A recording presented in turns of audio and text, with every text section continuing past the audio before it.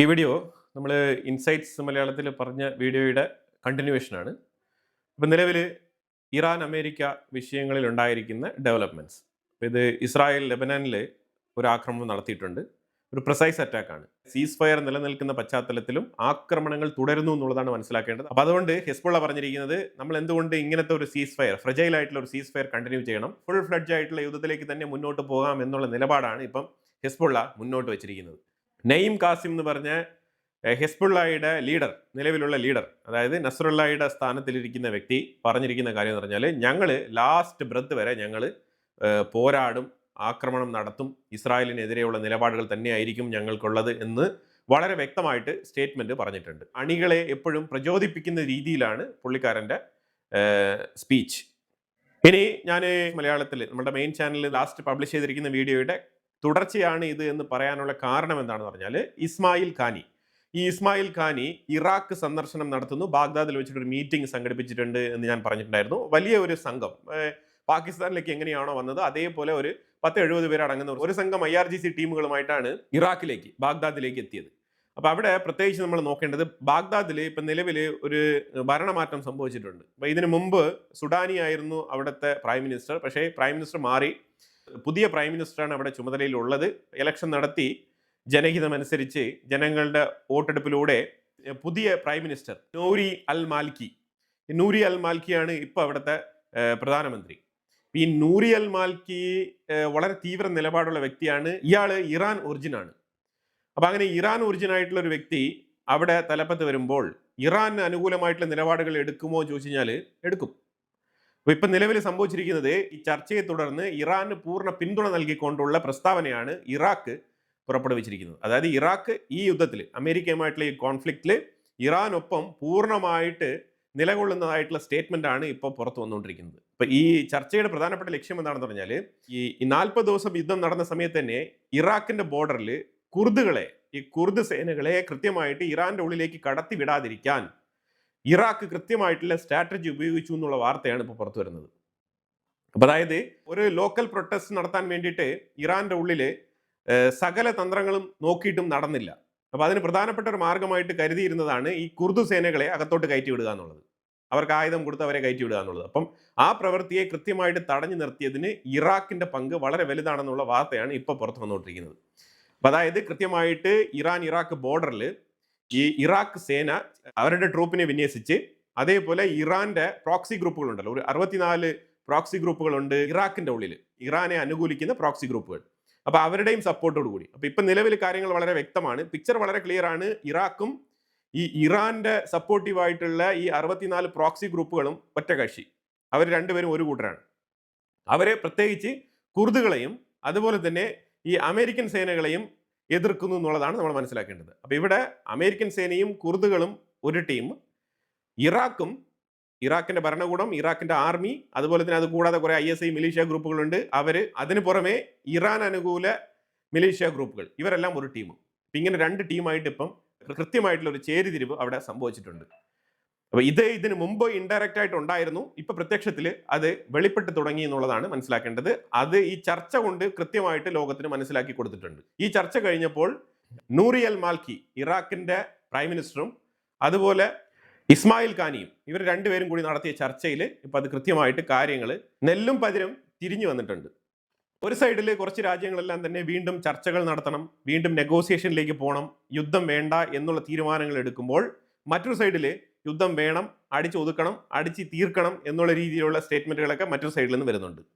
ചൈനയുടെ sun profit എന്ന് പറഞ്ഞ ഒരു ഷിപ്പിനെ ഇറാൻ ഇന്ന് തടഞ്ഞു നിർത്തിയിട്ടുണ്ട്. അതിലെ സ്ട്രേറ്റ് ഓഫ് ഹോർമൂസിലൂടെ കടത്തി വിട്ടിട്ടില്ല. പക്ഷെ അതേസമയം ഇന്ത്യയുടെ ഒരു ഷിപ്പ് ഇന്ന് രാവിലെ സ്ട്രേറ്റ് ഓഫ് ഹോർമൂസ് പാസ് ചെയ്ത് ഇന്ത്യയിലേക്ക് വരുന്നുണ്ട്.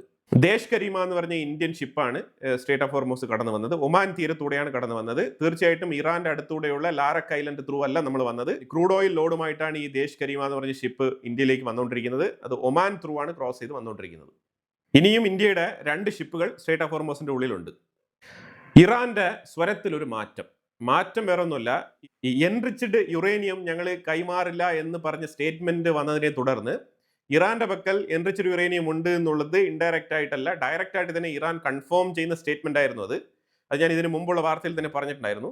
അപ്പോൾ അതിനെ തുടർന്ന് പെസസ്കിയാന്റെ സ്റ്റേറ്റ്മെന്റിൽ ഉണ്ടായിരിക്കുന്ന മാറ്റം, ആ മാറ്റം വേറെ ഒന്നുമില്ല, ഇറാന്റെ ആണവ സമ്പുഷ്ടീകരണ റൈറ്റ് അതിനെ ചോദ്യം ചെയ്യാൻ അമേരിക്കയ്ക്ക് എന്ത് കപ്പാസിറ്റിയാണ് ഉള്ളത്, എന്തുകൊണ്ട് ഇറാന് യുറേനിയം എൻറിച്ച്മെന്റ് ചെയ്തുകൂടാ, യുറേനിയം എൻറിച്ച്മെന്റ് ചെയ്തുകൂടാത്ത രീതിയിൽ ഇറാൻ ചെയ്ത തെറ്റെന്താണ്, ഞങ്ങൾ ലോകത്തിന് ഹാംഫുൾ ആയിട്ട് എന്തെങ്കിലും ചെയ്തിട്ടുണ്ടോ, ആണവായുധം ഉപയോഗിച്ച് ശീലമുള്ളത് അമേരിക്കയ്ക്കല്ലേ, ഇറാൻ അല്ലല്ലോ ആ ചരിത്രമുള്ളത് എന്നുള്ള രീതിയിലൊക്കെ, അതായത് യുറേനിയം എൻറിച്ച്മെന്റ് ഞങ്ങൾ നടത്തുമെന്ന് ഒഫീഷ്യലി പെസസ്കിയാൻ പറയുകയാണ്.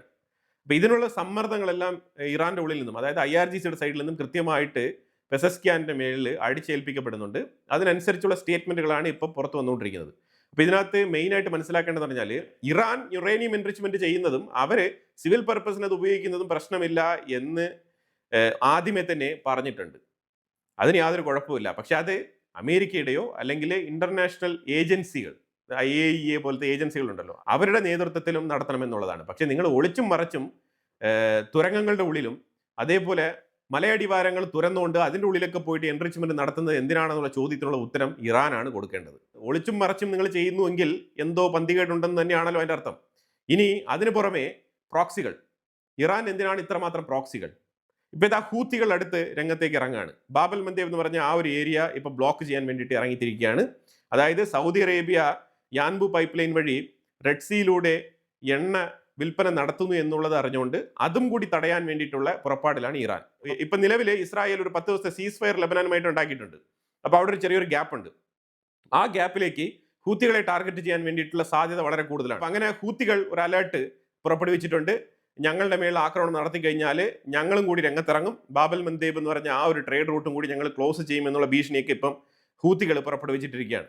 ഇതിന്റെ പുറകിലും ഇറാന്റെ കളികളാണ്. അപ്പൊ ഇങ്ങനെ പ്രോക്സികളെ നിരന്തരം പ്രോത്സാഹിപ്പിക്കുന്ന ഇറാൻ, ഇവർക്ക് ഈ ഹൂത്തികൾ മാത്രമല്ല, ഹൂത്തികൾ ഇൻഡയറക്റ്റ് പ്രോക്സിയാണ്. പക്ഷെ ഡയറക്റ്റ് പ്രോക്സി ഹെസ്ബുള്ള, പിന്നെ അത് കഴിഞ്ഞ ഹമാസ്, അതേപോലെ ഇറാഖിന്റെ ഉള്ളിൽ 64 മിലീഷ്യ ഗ്രൂപ്പുകൾ, അങ്ങനെ നിരന്തരം പ്രോക്സികളെ സപ്പോർട്ട് ചെയ്ത് മുന്നോട്ട് പോകുന്ന ഇറാന് ആണവായുധം ഉൽപ്പാദിപ്പിക്കണോ വേണ്ടയോ എന്നുള്ളത് തീരുമാനിക്കുന്നതിൽ ഇപ്പൊ മറ്റുള്ള രാജ്യങ്ങൾക്ക്, ഏഷ്യൻ സൈഡിൽ കിടക്കുന്ന രാജ്യങ്ങൾക്ക് ഇതുമായിട്ട് ബന്ധപ്പെട്ട് എന്തെങ്കിലും പറയാനുണ്ടോ എന്ന് ചോദിച്ചു കഴിഞ്ഞാൽ ഇല്ല. പക്ഷേ മിഡിൽ ഈസ്റ്റിലെ രാജ്യങ്ങൾക്ക് ഇറാനിൽ ആണവായുധം വരുന്നതിനോട് യോജിപ്പില്ല, യൂറോപ്യൻ രാജ്യങ്ങൾക്ക് യോജിപ്പില്ല, അമേരിക്കയ്ക്ക് യോജിപ്പില്ല, അതുപോലെ ഇസ്രായേലിന് മെയിൻലി യോജിപ്പില്ല. കാരണം ഇസ്രായേലിന് ഡയറക്റ്റ് ത്രെട്ടാണ്, എക്സിസ്റ്റൻഷ്യൽ ത്രെട്ടാണ്. അപ്പൊ ഇതുകൊണ്ടാണ് ആണവായുധം വേണ്ടാന്ന് പറയുന്നത്. ഇനിയിപ്പോൾ ഈ ഉപയോഗിക്കാൻ പറ്റാത്ത ആണവായുധം ഇറാൻ എന്തിനാണെന്ന് ചോദിച്ചു കഴിഞ്ഞാൽ ഒരു ഡോമിനേഷന് വേണ്ടിയിട്ടാണ്, ഒരു ഗ്ലോബൽ പവറിന് വേണ്ടിയിട്ടാണ്. അങ്ങനെയൊക്കെ കാരണങ്ങൾ ഇറാൻ നിരത്തുന്നുണ്ടെങ്കിലും ഈ സാഹചര്യത്തിൽ ഇതാണ് അമേരിക്ക ഇറാന്റെ മേലിൽ വെച്ചിരിക്കുന്ന പ്രഷർ, ഈ ആണവായുധം. അപ്പൊ അത് ഏത് മൊമെന്റിലും ഉൽപ്പാദിപ്പിക്കാവുന്ന തരത്തിൽ എത്തിച്ചേർന്നിരിക്കുകയാണ് ഇറാൻ. അതുകൊണ്ടാണ് ഈ ചർച്ചയും ആക്രമണവും ഒരേപോലെ ഇത്ര എഫക്റ്റീവായിട്ട് നടന്നുകൊണ്ടിരിക്കുന്നത്.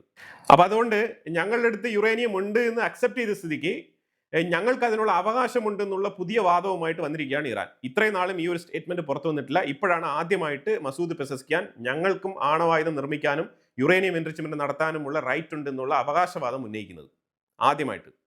അപ്പൊ അതുകൊണ്ട് ഇത് ചർച്ചയിലൂടെ പരിഹരിച്ച് തീർക്കാൻ പറ്റുന്ന വിഷയമായിട്ട് തോന്നുന്നില്ല. വീണ്ടും ആക്രമണം നടക്കുമെന്ന് തന്നെയാണ് മനസ്സിലാക്കാൻ പറ്റുന്നത്. അതിനുള്ള സ്റ്റേറ്റ്മെന്റുകളാണ് മൊത്തത്തിൽ ഇറാന്റെ സൈഡിൽ നിന്ന് വരുന്നത്, അമേരിക്കയുടെ സൈഡിൽ നിന്ന് വന്നുകൊണ്ടിരിക്കുന്നത്. ഇതിനിടയ്ക്ക് പാകിസ്ഥാനാണെന്നുണ്ടെങ്കിൽ വീണ്ടും ചർച്ചയ്ക്ക് തയ്യാറാണ്, പാകിസ്ഥാനാണെന്നുണ്ടെങ്കിൽ വീണ്ടും ഇറാൻ ചർച്ചയ്ക്ക് തയ്യാറാണ് എന്നുള്ള നിലയിൽ അമേരിക്കയെ വീണ്ടും തെറ്റിദ്ധരിപ്പിക്കാനുള്ള പുറപ്പാടിലാണ്. ശരിക്കും പാകിസ്ഥാൻ ചെയ്യേണ്ടത് എന്താണ്? പാകിസ്ഥാൻ അമേരിക്കയെ അറിയിക്കുന്നതിന് മുമ്പേ ഇറാന്റെ നിലപാട് എന്താണെന്നുള്ളത് കൃത്യമായിട്ട് ഒരു ട്വിറ്ററിൽ വ്യക്തമാക്കണം. ഒരു ട്വിറ്റർ പോസ്റ്റ് ഇടുക. അമേരിക്ക ടൈപ്പ് ചെയ്ത് കൊടുക്കുന്നിടത്ത് പോസ്റ്റ് ചെയ്യണം എന്നല്ല പറയുന്നത്, ഡ്രാഫ്റ്റ് പോസ്റ്റ് അല്ല. ഇവരെ സ്വന്തമായിട്ട് ഇറാൻ എന്താണോ പറയുന്നത് അത് പോസ്റ്റ് ചെയ്യണം. ഇറാൻ ഒരിക്കലും ബെഗ് ചെയ്തുകൊണ്ടുള്ള അഭ്യർത്ഥന നടത്തിയിട്ടില്ല എന്നാണ് പറയുന്നത്. അപ്പൊ അങ്ങനെ ഒരു അഭ്യർത്ഥന നടത്തിയതായിട്ടാണ് പാകിസ്ഥാൻ അമേരിക്കയെ ധരിപ്പിച്ചിരിക്കുന്നത്. അവിടെയാണ് കോൺട്രാഡിക്ഷൻ വരുന്നത്. അതുകൊണ്ടാണ് അമേരിക്ക ഇറാന്റെ സൈഡിൽ നിന്നുള്ള ഒരു കൺസെന്റ് കിട്ടിയാൽ ഉടനെ തന്നെ തുരിതരാ സ്റ്റേറ്റ്മെന്റുകൾ ട്വിറ്ററിലൊക്കെ പോസ്റ്റായിട്ട് ഇങ്ങനെ ഇട്ട് തള്ളുന്നത്. അപ്പൊ ആ തള്ളു കണ്ടിട്ടാണ് ഇറാൻ ഇത് വല്ലാതെ പുലിവാലായിപ്പോയല്ലോ, ചെറുതായിട്ടൊന്ന് ഫ്ലെക്സിബിൾ ആയി കഴിഞ്ഞാൽ വല്ലാത്ത രീതിയിൽ അപമാനിക്കുന്ന തരത്തിലുള്ള സ്റ്റേറ്റ്മെന്റുകളാണ് അമേരിക്കയുടെ സൈഡിൽ നിന്ന് വരുന്നത് എന്നുള്ള അഭിപ്രായം ഇറാന് വരുന്നുണ്ട്. അപ്പൊ അങ്ങോട്ടും ഇങ്ങോട്ടും കോൺട്രാഡിക്ഷൻ ആണ്. കാരണം ഡയറക്റ്റ് ആയിട്ട് ഇവർ ചർച്ച നടത്തുന്നില്ല. ഈ മിഡിൽ മാൻ ആയിട്ട് നിൽക്കുന്ന ആൾക്കാർ അങ്ങോട്ടും ഇങ്ങോട്ടും മിസ്ലീഡിങ് ചെയ്യുന്നു എന്നുള്ളത് ഗാലിബാബ് തന്നെ പാകിസ്ഥാനെ കുറിച്ച് പറയുകയാണ്. ഫ്യൂച്ചറിലെങ്കിലും ഇത്തരം തെറ്റുകൾ അവർ ആവർത്തിക്കാതിരിക്കട്ടെ എന്നും കൂടി ഗാലിബാഫ് പറഞ്ഞു വെക്കുന്നുണ്ട്. ഇറാൻ എന്തിനാണ് ആണവായുധം എന്ന് പറഞ്ഞാൽ മിഡിൽ ഈസ്റ്റിൽ അവർക്കൊരു ഡോമിനേഷൻ വേണം, ഗ്ലോബലി അവർക്കൊരു ഡോമിനേഷൻ വേണം. പക്ഷെ അത് സൗദി അറേബ്യ ഉൾപ്പെടെയുള്ള മറ്റുള്ള മിഡിൽ ഈസ്റ്റ് രാജ്യങ്ങൾ അംഗീകരിക്കുമെന്ന് തോന്നുന്നില്ല. അതാണ് ഇവിടുത്തെ യഥാർത്ഥ പ്രശ്നം. ഇപ്പൊ UN ഇറാന്റെ ന്യൂക്ലിയർ എൻറിച്ച്മെന്റിനെ തടസ്സപ്പെടുത്തണ്ട എന്നുള്ള രീതിയിൽ ഒരു റെസൊല്യൂഷൻ കൊണ്ടുവന്നാൽ തന്നെയും യൂറോപ്പ്, അമേരിക്ക ഉൾപ്പെടെയുള്ള മറ്റു പല രാജ്യങ്ങളൊന്നും ഇതിനെ അംഗീകരിക്കാൻ പോകുന്നില്ല. ഏഷ്യൻ രാജ്യങ്ങളിൽ തന്നെ അമേരിക്കൻ ശൈലിയുള്ള രാജ്യങ്ങളുണ്ട്, ഇസ്രായേലിന്റെ സൈഡിൽ സപ്പോർട്ട് ചെയ്യുന്ന രാജ്യങ്ങളുണ്ട്. അപ്പൊ അങ്ങനെയുള്ള രാജ്യങ്ങളൊന്നും തന്നെ ഇതിനെ അംഗീകരിക്കില്ല. ശരിക്കും ഇറാൻ അനുകൂലമായിട്ട് ന്യൂക്ലിയർ എൻറിച്ച്മെന്റുമായിട്ട് ബന്ധപ്പെട്ട വിഷയത്തിൽ ഒരു റെഫറൻഡം കൊണ്ടുവന്നു കഴിഞ്ഞാൽ, UN കൊണ്ടുവന്നു കഴിഞ്ഞാൽ ചൈനയും റഷ്യയും അതിനെ അനുകൂലിക്കും. ബാക്കിയുള്ള രാജ്യങ്ങൾ അംഗീകരിക്കാനുള്ള സാധ്യത വളരെ കുറവാണ്. ഇറാൻ അമേരിക്ക കോൺഫ്ലിക്റ്റുമായിട്ട് ബന്ധപ്പെട്ട് ലുല ഡെസിൽവ, ബ്രസീലിയൻ പ്രസിഡന്റ്, വലിയ രീതിയിൽ ഒരു സ്പീച്ച് തന്നെ കൊടുത്തിട്ടുണ്ട്. അതായത് ഡിക്റ്റേറ്റർഷിപ്പാണ്, നിങ്ങൾ അധികാരമോഹികളായിട്ടുള്ള അമേരിക്ക അധികാരം സ്ഥാപിക്കാൻ വേണ്ടിയിട്ട് പല രാജ്യങ്ങളിലേക്കും യുദ്ധം നടത്തിയിട്ടുണ്ട്. നിങ്ങൾ ലിബിയയിൽ യുദ്ധം നടത്തി, അവിടെ ആണവായുധമുണ്ടെന്ന് പറഞ്ഞിട്ട് എന്തായി? ഇറാഖിലേക്ക് നിങ്ങൾ യുദ്ധം നടത്തി, ആണവായുധമുണ്ടെന്ന് പറഞ്ഞിട്ട് അവിടെ നിന്ന് എന്തെങ്കിലും കിട്ടിയോ? ഇപ്പൊ ഇറാന് മേളിൽ ഇപ്പോൾ ആക്രമണം നടത്തുന്നുണ്ട്. അതായത് നിങ്ങളുടെ അധികാരമോഹം, നിങ്ങൾ എന്തുകൊണ്ട് ഇങ്ങനെയൊക്കെ ചെയ്യുന്നു എന്നുള്ള തരത്തിൽ വലിയ രീതിയിൽ അമേരിക്കയ്ക്കെതിരെയുള്ള വിമർശനങ്ങൾ ഉന്നയിച്ചുകൊണ്ടാണ് Brazilian president Lula da Silva പ്രസ്താവന പുറപ്പെടുവിച്ചിരിക്കുന്നത്. ക്യൂബയെ കുറിച്ച് കൺസേൺ രേഖപ്പെടുത്തിയിട്ടുണ്ട്. ക്യൂബയ്ക്ക് നേരെ അമേരിക്ക ഉയർത്തുന്ന വെല്ലുവിളികൾ ചെറുതല്ല. ക്യൂബ എന്ന് പറഞ്ഞ രാജ്യത്തിനെ ഛന്നാഭിന്നമാക്കുന്ന രീതിയിലുള്ള തീരുമാനങ്ങളാണ് അമേരിക്ക എടുത്തുകൊണ്ടിരിക്കുന്നത് എന്ന് കൺസേൺ രേഖപ്പെടുത്തിക്കൊണ്ടുള്ള പ്രസ്താവനകളാണ് ബ്രസീലിൽ നിന്നും പുറത്തു വരുന്നത്. അതുപോലെ അർജന്റീനയുടെ പ്രൈം മിനിസ്റ്റർ മിലായ് ഇസ്രായേലിൽ എത്തിയത് അർജന്റീനയുടെ എംബസി ഓപ്പൺ ചെയ്യാൻ വേണ്ടിയിട്ടാണ് എത്തിയത്. അർജന്റീന എംബസി ഇസ്രായേലിൽ ജെറുസലേമിൽ ഓപ്പൺ ചെയ്യുന്നു എന്നുള്ളതാണ് പ്രത്യേകത. അതായത് ജെറുസലേമിൽ എംബസി ഓപ്പൺ ചെയ്യുന്ന രാജ്യങ്ങളെല്ലാം തന്നെ പാലസ്തീനെ മാറ്റി നിർത്തിക്കൊണ്ട് ഇസ്രായേലിന് അനുകൂലമായിട്ടുള്ള നിലപാടെടുക്കുന്ന രാജ്യങ്ങളായിട്ട് കരുതപ്പെടും. അതാണ് നമ്പർ 1. അപ്പൊ അതുകൊണ്ട് തന്നെ ആദ്യമായിട്ട് അമേരിക്കയാണ് ജെറുസലേമിൽ എംബസി മാറ്റി സ്ഥാപിച്ചത്. ടെൽ-അവീവിൽ നിന്നും അമേരിക്കൻ എംബസി മാറ്റി സ്ഥാപിച്ചത് അമേരിക്കയാണ് ജെറുസലേമിലോട്ട്. അതായത് ശരിക്കും ആ ഒരു റൂട്ടിലേക്ക് തന്നെ അർജന്റീന കടന്നു വരുന്നുണ്ടെന്നുള്ളതാണ് മനസ്സിലാക്കേണ്ടത്. ആ എംബസിയുടെ ഉദ്ഘാടനത്തിന് വേണ്ടിയിട്ട് അർജന്റീനയുടെ ലീഡർ മിലായ് ജെറുസലേമിൽ ഉണ്ട് ഇന്ന്. യുദ്ധം വീണ്ടും തുടങ്ങുമെന്നുള്ള പശ്ചാത്തലത്തിൽ ചില വിലയിരുത്തലുകൾ നടക്കുന്നുണ്ട്. ആ വിലയിരുത്തലുകളിൽ ഇറാന്റെ ഡ്രോൺ, അതേപോലെ തന്നെ ബാലിസ്റ്റിക് മിസൈലുകൾ, ഇതിന്റെ ശേഖരത്തിനെ കുറിച്ചുള്ള ഒരു പിക്ചർ പുറത്തു വരുന്നത്. ഇനിയും 40% ഡ്രോൺ ഇറാന്റെ പക്കൽ ഉണ്ടാവാനുള്ള സാധ്യതയുണ്ട്. അതുപോലെ 50% മിസൈലുകളും അവരുടെ കയ്യിൽ ബാക്കി ഉണ്ടാവാനുള്ള സാധ്യതയുണ്ട് എന്നുള്ള റിപ്പോർട്ട് പുറത്തു വരുന്നുണ്ട്.